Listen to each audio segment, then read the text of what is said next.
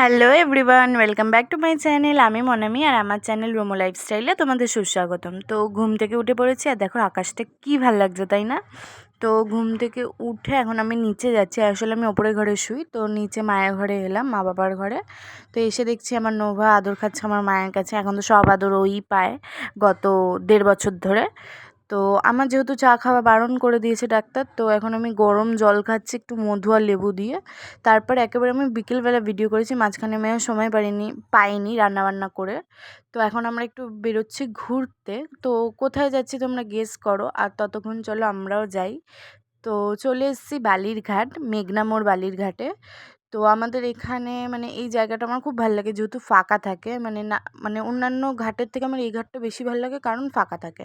তাও খুব একটা বেশি ফাঁকা থাকে না এখন, তাও মোটামুটি বেশ ভালো লাগে। তো এখন বাড়ি চলে যাচ্ছি। তো আজকের ভিডিওটা এই অবধি। ভালো লাগলে লাইক কমেন্ট শেয়ার করে দিও, আর পরের ভিডিওর জন্য অপেক্ষা করো। টাটা।